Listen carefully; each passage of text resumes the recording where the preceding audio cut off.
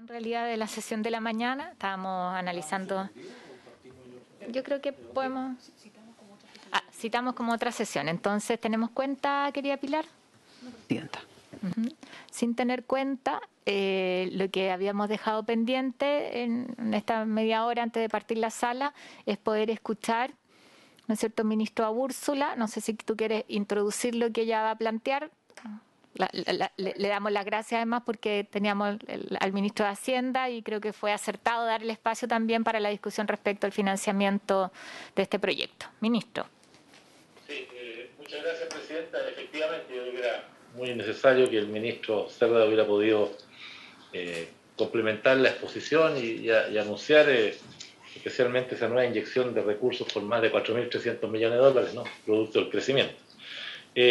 Nosotros estamos preparados, al igual que en la mañana, para responder dos inquietudes fundamentales que surgieron. Una del senador Letelier, que es cómo se paga este bono compensatorio para los beneficiarios de la APS con pensión garantizada, que tiene un mecanismo, tiene su complejidad, por así decirlo. Y también lo otro que tenemos preparado es el traspaso del aporte previsional solidario a PGU, actuales beneficiarios del Pilar Solidario. Y también abierto a cualquier otra duda que pueda surgir de algunos de los comentarios que surgieron quizás en la mañana, presidenta, no sé si relativo al tema del seguro de los pensionados de invalidez, que ahí surgieron algunas, en fin, preguntas. Así que si usted no tiene inconveniente, presidenta, yo quisiera pedirle a Úrsula que expusiera, partiéramos quizás, Úrsula, por el bono compensatorio en primer lugar y enseguida el traspaso de APS a PGU. Gracias, presidenta. Úrsula, tiene la palabra. Ok, perfecto. Por su intermedia, presidenta, primero que nada, saludar a todos los y las presentes. No sé si tengo posibilidad, no tengo, de compartir pantalla. Sí, está autorizada. Muchas gracias. Entonces voy a compartir acá unas láminas. Entonces, bueno, yo tenía primero el otro tema, pero pasemos al tema que levantó primero el ministro, que es el tema del bono compensatorio. Voy a ponerlo en formato presentación. ¿Se ve bien? Sí, la estamos viendo, la primera página. Perfecto. Entonces, primero que nada, explicar un poco cómo funciona este bono compensatorio para beneficiarios de la APS, Pensión Final Garantizada, al cambiarse a la PGU. Entonces, primero que nada, las características de este beneficio. Los pensionados beneficiarios del aporte previsional solidario que lo solicitaron luego de la entrada en vigencia de la ley 21.190, estamos haciendo un poquito de historia de por qué surge el uso del fondo de cesantía individual, de pensiones individual para el financiamiento de la APS. Esto surge con origen en la 21.190, en enero de 2020, pueden optar por recibir la PGU o mantener su APS. Entonces, quienes optan por la PGU y han financiado la APS con parte de su saldo, debido a esta ley corta, se les entrega en forma complementaria a la PGU un monto adicional mensual a su pensión, que es lo que se le denomina bono compensatorio. El bono compensatorio se calcula como una anualidad en base a la diferencia entre el saldo que hubiera quedado en la cuenta del pensionado de no haber financiado el APS con recursos de dicha cuenta, que es lo que se le llama el saldo nocional y el saldo efectivo. Entonces se hace una comparación entre el saldo efectivo que tiene la persona Úrsula, ¿sí? Te vamos a interrumpir al tiro mejor. Aquí el senador Galilea está muy interesado. No hay problema. Oye, Úrsula, quiero entender, porque hasta ahora no logro hacerlo, ¿por qué a alguien le puede llegar a convenir mantener el APS y no tener la PGU, si se supone que el aporte previsional solidario es por definición siempre inferior a la PGU? Quiero entender. Esa es la segunda exposición, que en el fondo vamos a comparar varios casos de APS y ahí en el fondo les doy de antemano una aclaración pequeñita. El complemento solidario siempre es inferior a la PGU, pero no así el aporte previsional solidario. Porque para algunos pensionados, los que tienen pensión final garantizada, el APS incluye un seguro de longevidad y rentabilidad. Entonces, a la medida que va cayendo la pensión en retiro programado, hay un beneficio del Estado que va compensando esa caída. y eso se agrega al complemento solidario dentro del APS, y por eso podrían darse casos en que el APS es superior a la PGU. Pero voy a ir a esos casos para explicarlos bien en detalle para que se entiendan después de explicar el bono compensatorio, si les parece. Ya, ahí dejamos nuestras dudas guardadas. Gracias. Ok. Entonces, el bono compensatorio surge por esta ley corta que comienza a regir en enero del 2020 y que va utilizando el saldo de la persona para financiar en primera instancia el beneficio solidario. Cuando esa cuenta se agota, pasa a financiarse toda la pensión con recursos fiscales. Y por eso se puede comparar y generar este beneficio, que lo que hace es tomar el monto utilizado para financiar el APS y transformarlo en una anualidad que se calcula como una renta vitalicia inmediata sin condiciones especiales de cobertura, usando la tasa de interés promedio implícita en la renta vitalicia de vejez de los últimos años, de los últimos 6 meses inmediatamente anteriores. Entonces, lo que se hace con lo que se usó para financiar el APS, se genera una pequeña renta vitalicia que se le entrega al beneficiario adicional a la PGU para compensar ese uso. Entonces, ahora mostrándoles un poco cuánto equivale esto en pesos. Úrsula, una cuestión solo pedagógica. Eso, el día de mañana, cuando se pague en la cartola, por así decirlo, ¿se va a llamar bono compensatorio o se va a llamar renta vitalicia proveniente del uso de sus fondos durante el año tanto al tanto? ¿O todavía ni piensan eso? Sí, el nombre específico que se le dará, la verdad es que no lo tengo acá 100% claro, pero debiera especificarse en la cartola como un beneficio o complemento adicional o bono compensatorio por uso de fondos o algún nombre similar. Ya que no era solo, ojalá no usen la expresión renta vitalicia, nada más. No, nosotros como lo estamos llamando actualmente bono compensatorio. Yo creo que eso está bien. Pero es para que el cálculo se realiza utilizando el cálculo una renta vitalicia para generar una anualidad, que sea actuarialmente justo este pago.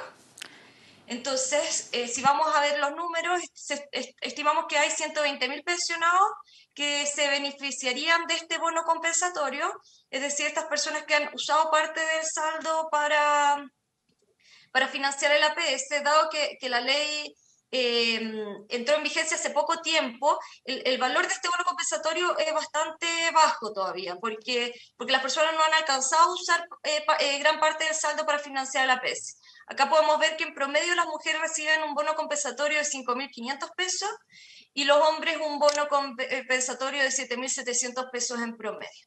Entonces, eso sería el monto en promedio que se agregaría a la PGU en esos casos. Y el bono equivale al valor presente actuarial del saldo efectivamente utilizado por los beneficiarios, que se distribuye a lo largo de su vida bajo una lógica de riesgo colectivo de longevidad. Entonces permite mantener ese beneficio constante en el tiempo. Úrsula, te puedo hacer una pregunta ahí porque ¿qué pasa si durante el tiempo en que la persona está viva, recibiendo la pensión y por lo tanto este bono compensatorio, no se cubre todo lo que se utilizó? Si queda un saldo pendiente. Ok. ¿Me explico? Sí, en este caso, sí, sigue la misma lógica que la renta vitalicia.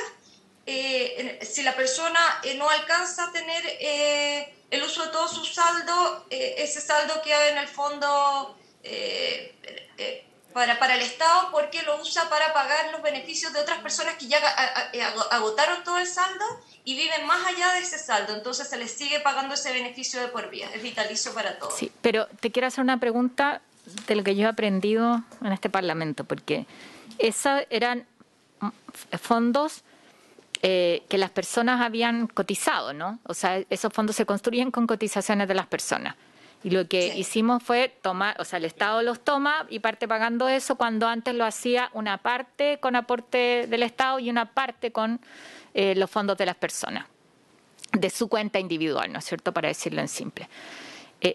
Eso, de alguna manera, tiene una propiedad y tú le vas a devolver a algunos una parte, a otros no se los vas a devolver todo porque van a fallecer antes. ¿No hay ahí desde el punto de vista jurídico, no se te genera una deuda histórica? Estoy pensando como en eso.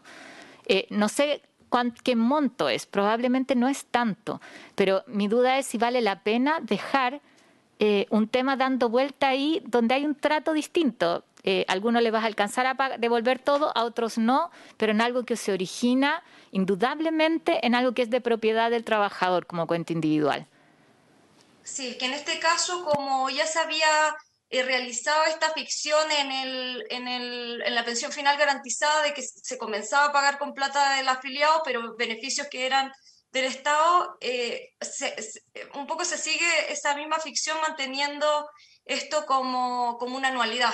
Eventualmente uno podría generar una especie de retiro programado que en valor actuarial tendría el mismo valor, pero iría decreciendo para las personas. Y por eso creemos que de esta manera mantiene una lógica de seguridad social más apropiada de mantener un beneficio constante. Esa es la lógica detrás. Yo lo que tengo el temor, Úrsula y ministro, es que aquí dejemos abierto un cuestionamiento posterior. Entonces, lo dejo planteado si no vale la pena, si es que existiera saldo, que probablemente no va a ser mucho ni muchos casos. Eso se entrega a los sobrevivientes, no sé. Pero creo que hay algo que ahí puede después generar ruido y creo que vale la pena mirarlo, porque ustedes lo asumen porque es un tema, ¿no es cierto? Lo hemos planteado. Nosotros cuando dijimos, ok, esta modalidad, entendíamos que no había una alternativa de financiamiento. Por eso, entiéndanos también que cuesta hoy día decir, oye, hay financiamiento porque era un escenario distinto, era prepandemia incluso. Entonces, no quiero volver a eso, pero en ese contexto fue que dijimos sí, y en ese momento dijimos aumentemos al tiro, me acuerdo siempre, me lo recuerda el senador Monte, aumentemos al tiro la cobertura del pilar solidario al 70%, y todo eso parecía imposible. Entonces dijimos, ok, no hay ningún problema, pero no es el ideal y se está reconociendo hoy día cuando se restituyen esos fondos. Eso lo valoramos, que este punto esté y que además tengamos el espacio para entenderlo bien. Pero a mí me gustaría que no quedara cabo suelto, y creo que ahí hay un cabo suelto. Senador Galilea. No, yo solo quería recordar la razón por la cual se ocupan los fondos propios hasta que se agotan y después viene el aporte estatal, es porque no tiene mucho sentido que el Estado esté financiando para que finalmente un ahorro previsional sea heredado por otros distintos del causante, naturalmente. Y esa es la lógica de esto, es decir, bueno, ocupa toda tu plata para pagar esta pensión básica, por así decirlo, asegurada, y después nosotros te seguimos cubriendo. Esa es la razón lógica y yo la comparto completamente, así debe haber sido siempre. Yo, de hecho, debo decir que tengo algún nivel de duda, pero ya el gobierno ya se embarcó en esto, de que haya que devolver esta plata. Yo reconozco que no lo encuentro tan obvio, pero bueno, ya que se embarcaron, está bien. Pero compartirá, querido colega, que si la vamos a devolver, devolvámosla, que no queden dudas. Eso es como el criterio que quiero dejar puesto sobre la mesa. Tiene que ser sumamente bien explicado para que nadie tenga... Senador Letelier, yo sé que este tema te interesa también. A mí me incomoda tremendamente cuando me dicen que ahora hay holgura de 11.000 millones de dólares. Entonces, si hay una holgura de 11.000 millones de dólares, que le paguen de vuelta esta plata a la gente de una. Y en el peor, en 2 años plazo, los 3 años en los cuales el Ejecutivo, el Estado, ha usado los fondos de pensiones de estas personas para pagarle un beneficio al cual tienen derecho. Entonces, yo buscaría un mecanismo más breve, más acelerado para hacer esta devolución, que es lo que correspondería, dado que existen las holguras. No veo por qué se va a estirar y nos vamos a ahora ahorrar plata que era un compromiso del Estado. Entonces, creo que crear este tipo de sensación de inequidad, de deuda, va solamente empañar lo positivo que es esta ley. Y eso es lo que me preocupa. Porque van a haber gente diciendo, me quitaron, no me devolvieron, me deben, y eso va a ser muy malo. Yo lo dejo sobre la mesa, ministro, creo que es uno de los temas que tenemos que revisar. Está bien, Presidenta, he tomado nota de Pero la inquietud. además creo muy valiosa la explicación y el detalle. Sí, solo si puedo complementar, por su intermedia, Presidenta, que creo la ventaja que tiene esta forma de devolución en el fondo a través de un beneficio fijo que se mantiene vitalicio es que permite mantener evita ir generando recálculos cada año y por estos montos que son de niveles bajos, relativamente bajos, es más eficiente entregar un valor fijo. El tema operativo también de estar recalculando y llevando también un registro del saldo, del nuevo valor, también tiene esos costos de cálculo. Pero eso nomás quería agregar. Gracias, Úrsula. Está puesto el tema y con claridad. Creo que Si todos les parece, entendimos cómo puedo viene. pasar Avancemos ahora a la otra. Eso al mismo otro te iba a tema. decir, sí. Perfecto. Entonces ahora voy a... ¿Se sigue viendo la presentación? Ahora estoy en el otro tema. Se ve perfecto. Perfecto. Entonces ahora vamos a hablar del segundo tema, que es el traspaso de APS a PGU de los actuales beneficiarios del Pilar Solidario, tomando este caso que parecía un poco contraintuitivo de gente que tiene APS mayores a la PGU. Entonces, primero vamos a analizar cómo funcionan los traspasos y cómo son las pensiones finales de los diferentes tipos de beneficiarios que tiene el Pilar Solidario. Recordando que existe primero que nada un tipo de beneficiario que se llaman beneficiarios de APS de subsidio definido. Este grupo son los que tienen pensiones en renta vitalicia fija o personas que previo a la ley corta de diciembre de 2019 tenían pensiones más altas que la PBS y entonces recibían un complemento fijo por parte del Estado. En estos casos se cumplen siempre que el APS que reciben ellos es de monto inferior a la PGU. Y acá podemos ver cómo son las trayectorias de pensión. En el primer caso es un pensionado con retiro programado de una pensión mayor a la APS, entonces podemos ver que la pensión total con APS es el azul oscura, está por abajo, y si actualmente recibe una PGU, va a recibir siempre una pensión final mayor a lo que recibe hoy en día. Y después tenemos el segundo caso, que es el caso de pensionado con renta vitalicia. En este caso la pensión es fija y podemos ver la pensión total con APS, es la línea azul oscura, y por sobre esa está la línea azul más clara, que es la pensión total con PGU. Entonces, en este caso no queda ninguna duda y esa persona siempre sale beneficiada con el nuevo esquema. Entonces, ahora pasamos al caso 2, que es el más complejo, que es los beneficiarios de APS, pensión garantizada. Acá los casos a veces son un poco complejos, así que si no entienden bien me pueden interrumpir. Úrsula, lo de la pensión garantizada, ¿nos puede explicar mejor? ¿Y esto es desde el origen del Pilar Solidario o es un cambio que hicimos en su momento? Y me gustaría complementar la pregunta, Úrsula, para ver si todos nos entendemos con el mismo lenguaje. Yo entiendo que cuando uno se pensiona tiene derecho a diferentes opciones. Tiene la posibilidad de un retiro programado. Dentro del retiro programado hay diferentes modalidades.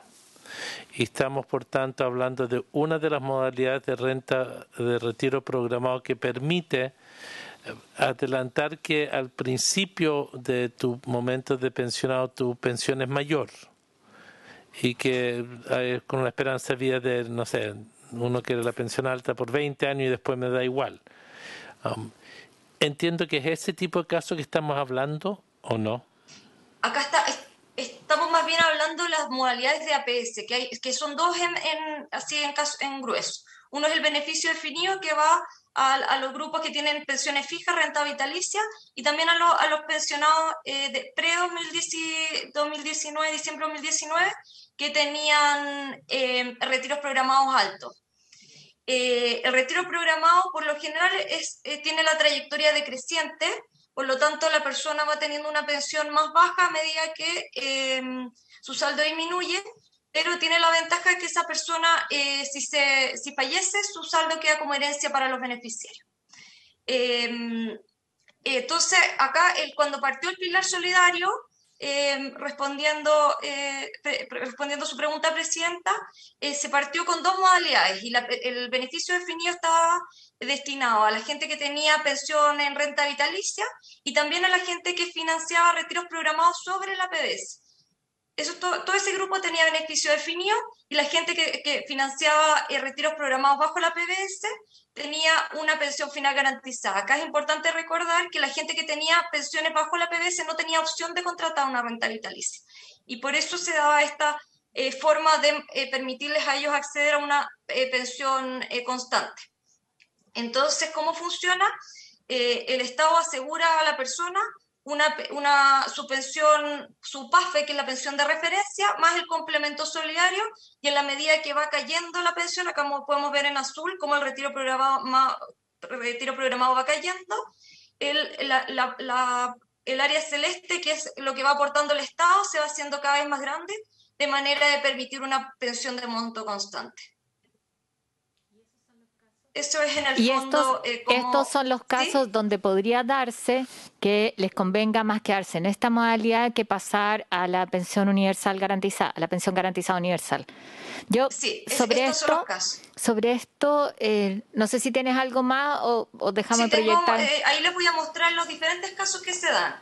Ya, y después hago las preguntas entonces. Perfecto. Entonces lo que es importante es que previo a la ley corta, la gente que tenía esta modalidad era la gente de retiros programados de monto bajo, y después de la ley corta se le agregó esta modalidad a todos los beneficiarios del pilar solidario. Entonces toda la gente que fue entrando a partir de esa fecha tenía una pensión de monto fijo, sin importar si fuera de renta vitalicia o retiro programado, si era beneficiario del pilar solidario. Y acá vamos entonces a los casos de cómo eso tenía en el fondo la ventaja de una pensión de monto fijo, pero la desventaja de que es un sistema bastante más complejo de comprender.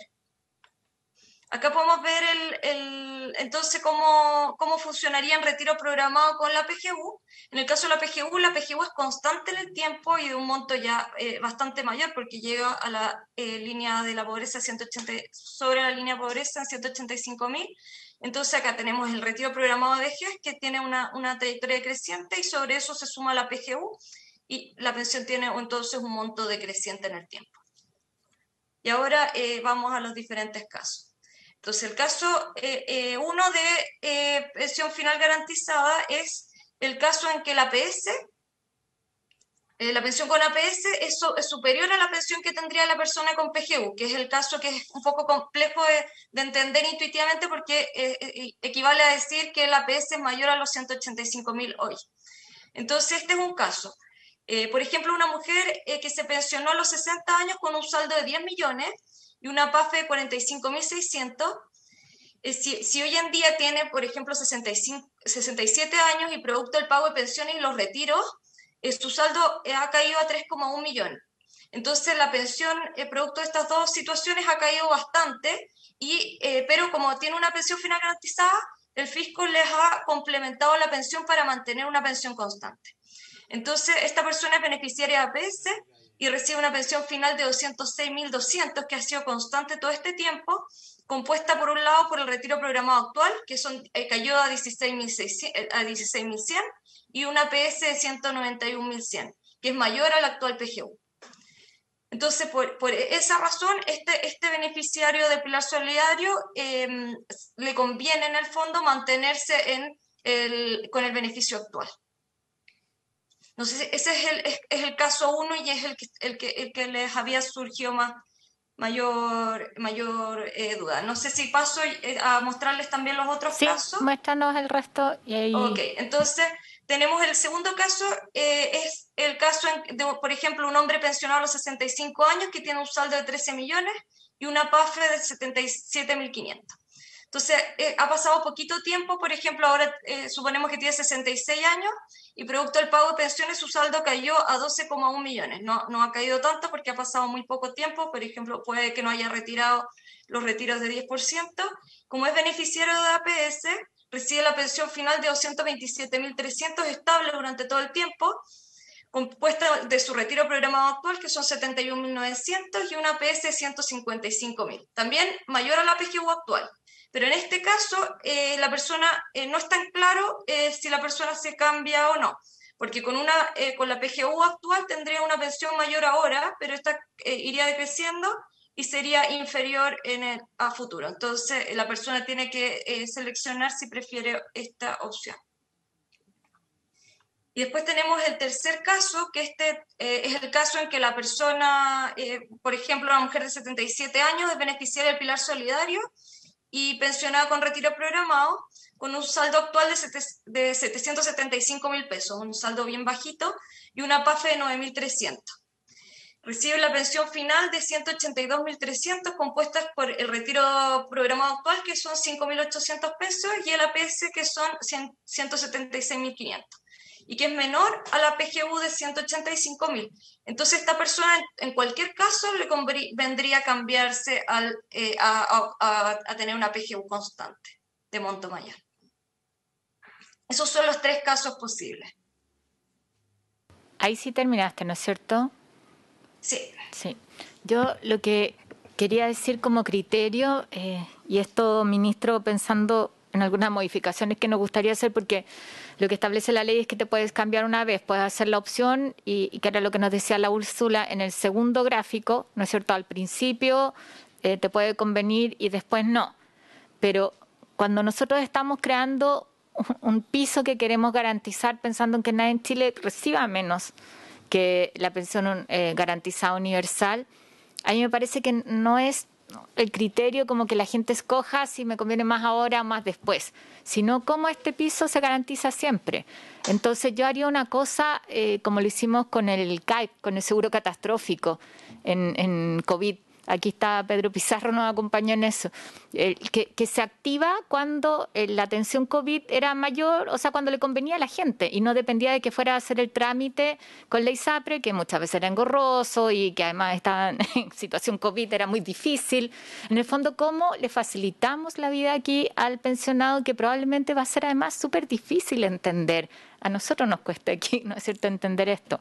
Entonces, más bien que si a la persona tiene una pensión mayor en un escenario, cuando pasa en esta línea, ¿no es cierto?, cuando pasa a no convenirle, digámoslo así, cambia automáticamente. Yo no sé, eso no creo que el criterio sea acá ahorrarnos esa diferencia, que además no es mucha, sino que para mí lo más relevante de este cambio que estamos haciendo es construir este primer piso igual para todos. Entonces no dejaría nuevamente acá un flanco que puede enredar, donde, no sé, yo me puedo imaginar la cantidad de gente que va a decir, ay, es que no supe, no me di cuenta, o el senador Monte, nos quedamos conversando después, planteaba que se puedan cambiar una vez más. Eso puede complejizar, entonces podemos tener una modalidad en que automáticamente los deje, si son casos como estos, que pasado ese tiempo pase a la otra modalidad automáticamente. Estamos hablando de beneficios como en el margen, no es alguien que como que diferencias sustantivas en términos de financiamiento, pero sí importante para un pensionado que tiene, estamos hablando de 185.000 pesos, que es bastante bajo, o sea, no es. Ese sería mi planteamiento sobre esto. Senador Letelier. Sobre este punto, no sé si tienen los números, me imagino que sí. ¿Cuántas personas reciben más de 185.000 pesos hoy de APS? O sea, la gente que tendría que escoger, la entregaron sí, el... ¿Cuántas son, según los datos que tiene Úrsula? ¿Cuántos son?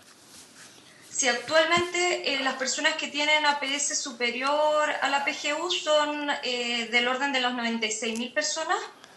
Y ese grupo, sí, esos son el grupo que tiene APS superior. Y tenemos información de distribución de, digamos, de cuánto más tienen, por un lado, porque pareciera que es mejor en una transición no tocar este grupo ya y que se va a ir desapareciendo. Punto. Que cuando aterrizan en el escenario PGU. Entonces, yo creo que el costo de administración encima de todo este otro sistema es más caro la vaina que el sable aquí. Entonces, yo simplificaría al máximo. Yo soy partidario que esto sea 185 parejo para un grupo determinado. Si hay alguien que ya está recibiendo más, no reciben, hay que decirlo, y se quedan con lo que tienen, y lo dejaría en ese monto fijo. Igual les va a bajar la pensión total, porque les baja el retiro programado, pero el aporte del Estado fijo. ¿No es mejor ahí decir que en el fondo cambiarán al nuevo sistema cuando lleguen a ese punto de corte? Sí, A mí como que eso me lo Pero es que simplifica.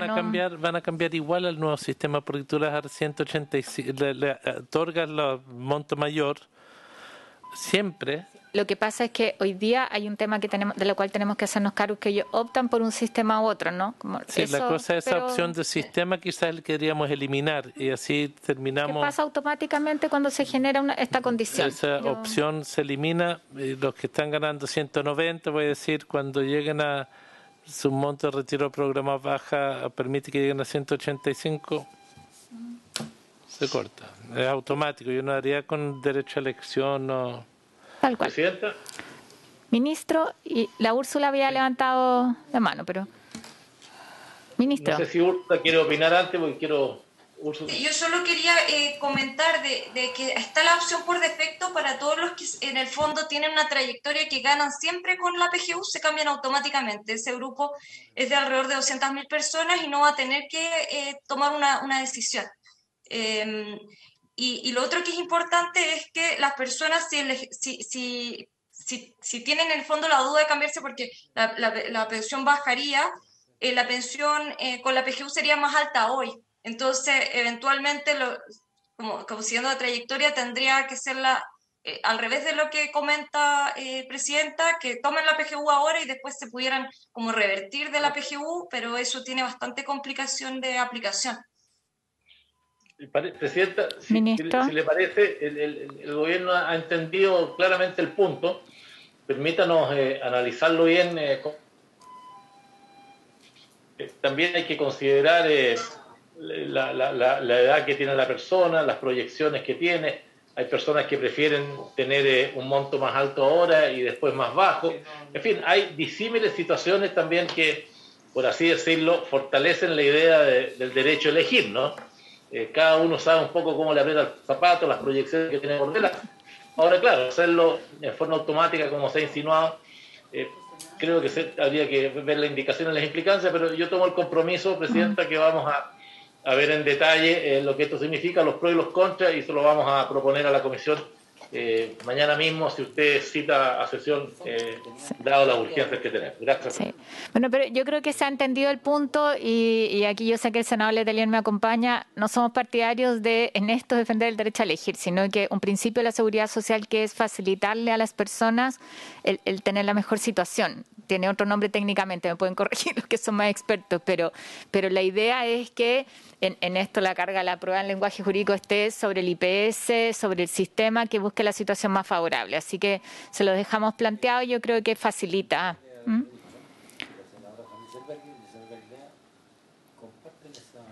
Pero yo prefiero que lo diga la senadora Van Rieselbergher. Pide la palabra y con esto creo que hemos cumplido el objeto de la sesión. Ministro, no sé si me ve, porque estoy por acá. ¿Se ve mi mano? La ¿sí? escucho. Sí. Oye, no, solo decir que sin conocer las implicancias ni suena en primera instancia razonable, por lo tanto yo creo que se agradece la posibilidad de estudiar la situación y ver si efectivamente esto facilita un poco el sistema. Es decir, desconozco si tiene más complicaciones que beneficios, pero sí en primera instancia, lo conversábamos con el senador Galilea, suena razonable. El oficialismo aquí comparte el criterio de la oposición constructiva de esta comisión, ministro. Muy bien, Presidente. Han Yo sido, espero que eso se prolongue a la hora de la votación también. han sido súper ilustrativas ambas presentaciones. Agradecerle a la Úrsula. Senador Letelier. Es que yo espero, no sé cuándo el ministro va a poder responder de los otros temas que nos han inquietado. Yo quiero insistir en los temas de reparación, así como en esto de la renta de invalidez, que tengo una discrepancia con la presidenta, al parecer, no es necesariamente evidente, que nos demos un tiempo para ver ambas cosas, porque las rentas de invalidez son pensiones que las personas se generaron por su cuenta, con una ley, con el aporte que hacen todos los trabajadores y los empleadores, pero no es aporte público. No veo por qué no se les va a tratar de la misma forma. Si se quiere cambiar la tasa de reemplazo, cambiemos la ley. Pero eso tiene que ver con cómo se genera el sistema de seguridad social cuando uno tiene un accidente. Sería bueno saber cuánto es el número exacto que ustedes están calculando, pero yo soy partidario de que el aporte de la pensión básica universal, o como la queramos llamar, sea parejo para todos y que no complejicemos el sistema. Yo le pediría, ministro, que en la próxima sesión, que nos vamos a poner bien de acuerdo ahora, podamos, así como hicimos esta lupa, ¿no es cierto?, en estos temas, podamos hacerlo respecto del tema de pensión de invalidez y cobertura. ¿Ya? Yo creo que va a ser importante también para la historia de esta tramitación. Sobre el punto, Presidenta, no tengo ningún inconveniente. Solamente enfatizar que aquí estamos estableciendo una pensión garantizada para los mayores de 65 años. Y las personas que tienen pensión de invalidez, al llegar a esa edad, van a entrar a recibir la PGU completa. Pero no estamos legislando sobre el seguro de invalidez. Y por eso que el objetivo de este proyecto de ley es para los mayores de 65 años. El seguro de invalidez ha tenido un funcionamiento histórico, el gobierno ha resuelto no innovar respecto a cómo ha funcionado desde 2008 hasta la fecha. Obviamente, el pretender una extensión, como se está insinuando, tiene un enorme costo, porque las pensiones de invalidez son sobre 260.000, si no recuerdo. Entonces, cambiar el eje, yo quiero insistir que obviamente en el caso de las pensiones de invalidez hay una situación hasta los 65 y después de 65 estén en su condición de inválido, entran de lleno a recibir la PGU como le corresponde a todos los chilenos mayores de 65 años. Esa precisión. Y ningún problema en ver los demás, las leyes especiales, Presidente, estamos preparados también para aquello. Una pregunta, Presidenta, ¿usted está pensando en alguna sesión adicional esta semana? No tenemos ni una posibilidad jueves o viernes, entonces el lunes vamos a hacer una sesión. En que además yo espero que nosotros vamos a tratar, ministro, de elaborar algunos planteamientos, porque yo creo que es mejor eso. Sabemos que son indicaciones que son inadmisibles, sino más bien poder hacer algunos planteamientos para ver si los puede acoger. Algunos de ellos ya lo hemos deslizado en la discusión y tratar de hacérselos llegar, ojalá de aquí al viernes, no sé, para que el lunes podamos tener una conversación sobre eso. Bueno, muy bien. En cuanto nos quieran mandar, desde luego los vemos todos con mucha y especial atención. Muchas gracias. Gracias, ministro. Senador Letelier. Sí, ministro, sí, una parte que va a ser útil para ir adelantando es que podamos también prepararnos una conversación especial para los parámetros, porque algunos somos medio reacios de delegar en reglamento el tema de los parámetros de afluencia. En general, mi criterio en esto es hacerlo lo más simple posible. Si fuera solo el parámetro de la pensión, sería más fácil, pero es evidente que ahí se nos van a meter personas de mayores ingresos que pueden tener muchas propiedades. Pero busquemos si nos pueden adelantar ciertos criterios de los parámetros que puedan, a su juicio, quedar en la ley. Muy bien. Este es un tema de una complejidad técnica importante. También cuando se estableció el pilar solidario en el 2008 se reservó la potestad reglamentaria justamente porque tiene muchos de esos aspectos, pero podemos perfectamente entrar a explicar un poco más el test de afluencia, cómo se mide la riqueza, qué entra en esa medición, qué no entra objeto de tener elementos sobre la mesa. No hay problema. Ministro, ahí la preocupación es, la planteaba el senador Letelier, es que dejar asociado un monto de la pensión pueda dejar fuera gente que debería... O sea, ¿cuán efectivamente eso representa excluir al 10%? Yo entiendo de mayores ingresos. Y por otro lado, permítanme plantearlo así desde el sentido común. Algo que siempre nos dicen los adultos mayores. Yo tengo una casa muy bonita, fue producto de mi esfuerzo. Eso hoy día no se contempla, pero si me lo empiezan a contemplar para excluirme, puede ser que sea gente que no tenga ni una capacidad de generar ingreso, pero sí tenga un patrimonio, y un patrimonio que le significa incluso una carga muchas veces. Esa es la preocupación. En el 10% más rico de la población, los que están más cercanos al 90, ¿no? Al 89, digamos, es gente que no es extremadamente rica. permítanme decirlo así en términos conceptuales, que es muy distinto dada la concentración de la riqueza que hay en nuestro país a quienes están en el 1, en el 2, quizás hasta el 3%. Entonces, esa es la preocupación que tenemos. ¿Ya? La planteo así porque quizás poniendo sobre la mesa con claridad nuestros temores de que no queden esas rigideces en la ley que puedan castigar situaciones que deberían estar incorporadas, ¿no? Para que podamos irlo despejando. Muy bien, lo vamos a ver. Solamente volver a señalar que este es una pensión para todos los chilenos, salvo mayores de 65 años, salvo el 10% más rico. El 90% va a entrar en este beneficio. Ahora, usted podrá comprender, Presidenta, que el 10% más rico es un grupo muy pequeño. Estamos hablando de, en fin, podemos cuantificarlo, pero el gran universo de los 2.100.000 beneficiarios están dentro de este 90%. Ahora, como lo expliqué la vez pasada, ese es quienes entran. El otro punto es con cuánto entran, y ahí sí que entra a tallar el valor de la pensión autofinanciada o base que se tenga, y hasta 630.000 entran todos. En una pensión promedio levemente superior a los 300.000 como hay hoy día en el país, créame que el universo de beneficiarios es muy grande. Pero en fin, entiendo las sensibilidades de lo que usted me señala, Presidenta, y vamos a tratar de precisar lo más posible en lo que es en la combinación del instrumento técnico de focalización, el test de afluencia, el registro social de hogar y la forma como se trata de medir la riqueza para excluir a ese 10% más rico. Sí, ministro, mire, yo quiero tratar de dar un ejemplo de la inquietud. Nosotros liberamos del pago de contribuciones adultos mayores que tenían propiedades. Esas propiedades no importaba que valieran 27 millones o 270 millones de pesos. Se les excluyó de pagar contribuciones. Algunas de esas personas, y el argumento era que puedan tener una casa que puede tener un valor alto, porque queda en el centro de una ciudad, porque lo que sea, pues la propiedad va a valer 500 millones de pesos, pero tienen una pensión de 300. ¿Cómo se van a abordar ahí en los parámetros de ese tipo de casos? Porque sería lamentable que, digamos, no se preocupe, el indicador lo va a sortear y esas personas por su test de afluencia, el indicador quedan fuera y estamos generando expectativas excesivas. Y es porque hemos dado señales medias contradictorias con los adultos mayores en esta materia de la afluencia, la propiedad. Entonces, esa es la inquietud. Si tuviéramos parámetros muy objetivos, si se excluye de la afluencia de la primera casa, no sé, algo que podamos... Puede haber algún mecanismo de esa naturaleza. Créeme esas son las inquietudes. Muy bien, las entiendo y vamos a tratar de precisarlo lo más posible.